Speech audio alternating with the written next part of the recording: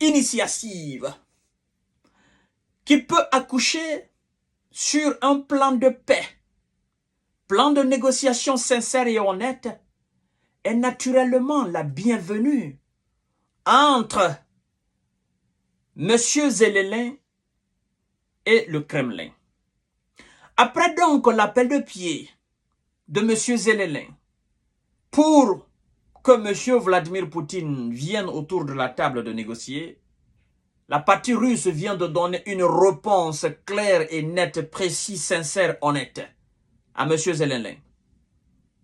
Oui, parce que M. Zelensky, naturellement, s'il veut négocier avec la partie russe, doit accepter non seulement d'oublier les frontières de 1990 et 91, mais aussi doit accepter de ne pas être un pays membre de l'OTAN. Il doit accepter alors d'éjecter de cette partie de l'Ukraine qui va rester,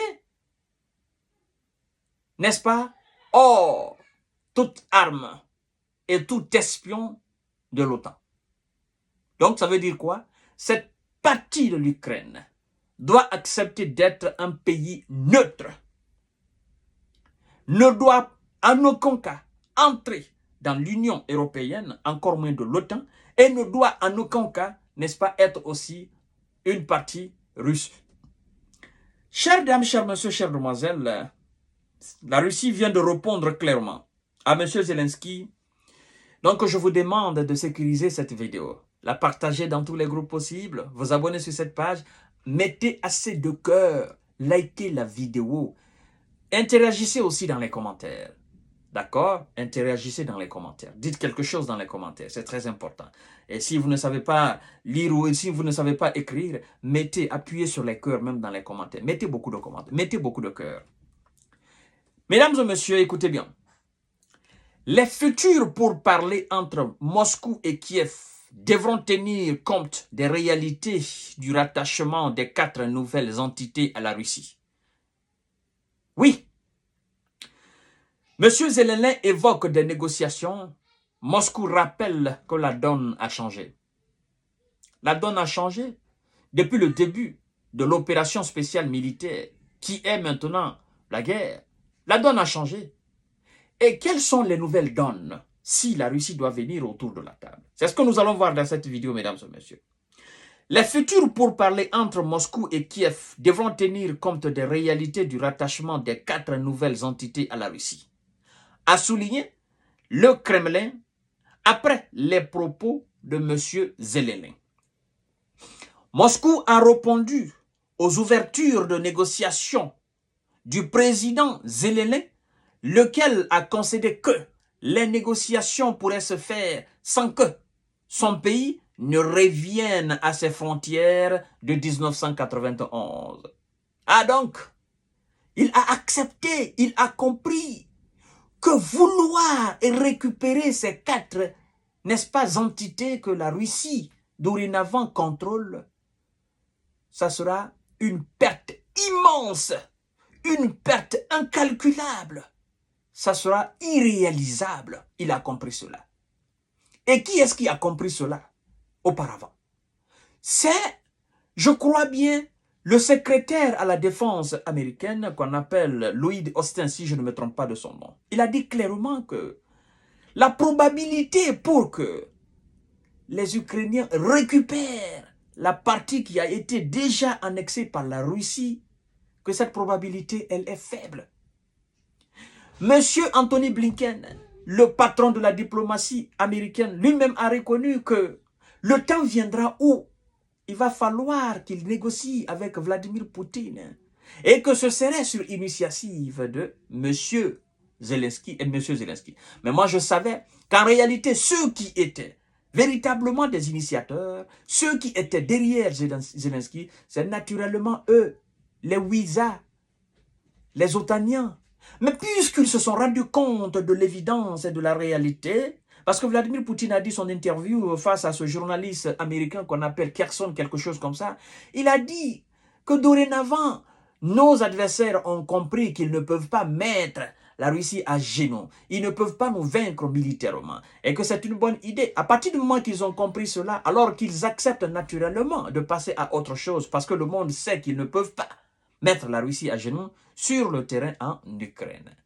Et donc, ils ont compris que vouloir, coûte que coûte, vouloir mettre l'énergie nécessaire pour repousser les Russes, ça ne suffira pas. Ils ont compris cela, chères dames, chers messieurs, chers demoiselles. C'est pourquoi aujourd'hui, puisque les 61 milliards n'ont pas été donnés, puisque l'Europe ne peut pas remplacer les États-Unis dans le support à l'Ukraine, puisqu'ils ont compris cela, d'accord, alors ils incitent les Ukrainiens naturellement à parler de négociation et de paix afin qu'ils puissent sortir de cette situation. Vous savez, pour ceux qui ont l'habitude de me suivre, j'avais dit dans une de mes émissions, je dis, le jour que les États-Unis vont lâcher l'Ukraine, l'Europe va pousser Zelensky à demander la paix. Parce que l'Europe ne pourra pas remplacer les États-Unis dans le fournissement d'armes et, n'est-ce pas, et de munitions. J'avais dit une fois dans mes émissions. Je me souviens très bien. Et c'est ce qu'on est en train d'assister.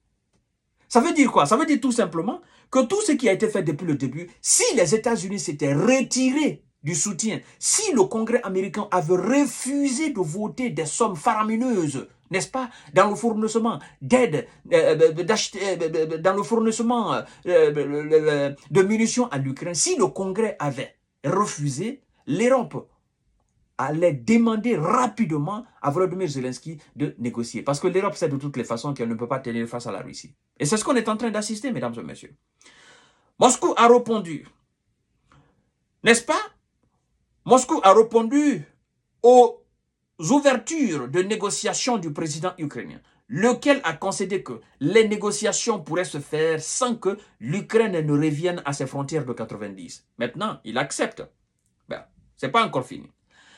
La réalité géopolitique a radicalement changé depuis le début de l'opération spéciale. Les frontières de l'Ukraine et de la Russie ont changé. Nous avons 4 nouvelles entités et cela ne peut être ignoré. C'est une nouvelle réalité que tout le monde devra tenir en compte, a déclaré monsieur le porte-parole du Kremlin, Dmitri Peskov. Alors, mesdames et messieurs, le président de l'UK est nerveux à l'approche de la fin de son mandat, a pour sa part déclaré Maria Zakharova, voilà, la porte-parole de la diplomatie russe. Le 29 mars, M. Zelensky avait pour la première fois admis que les négociations entre Moscou et son pays pourraient commencer sans que son pays ne revienne à ses frontières de 1991. Alors, il est en fin de mandat. Ça aussi c'est vrai. Ça c'est vrai. Et il sait qu'il ne peut pas laisser, il ne peut pas partir et laisser son pays comme ça. Ça aussi, c'est vrai. Donc, il veut se donner, il veut redorer son image, mais il ne peut plus le faire. Parce que, en réalité, son objectif était de repousser les Russes. Mais puisqu'il sait que c'est impossible, c'est infaisable, il n'a pas les qualités, il n'a pas l'énergie, il n'a pas les moyens, il demande à négocier. La négociation partira sur ces 2 points. La Russie est en position de force. Qu'on le veuille ou pas, la Russie est en position de force. Et c'est elle qui mènera la cadence. Oui, soit vous acceptez ce qu'elle dit, ou bien vous continuez. Elle ne se fatigue pas. C'est en fait ça, quoi, la réalité. Les 4 régions-là, les 4 entités-là, ne parlons plus de cela. Ça appartient dorénavant à la Russie.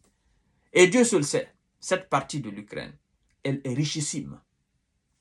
Mani, cette partie-là, regorge énormément d'argent.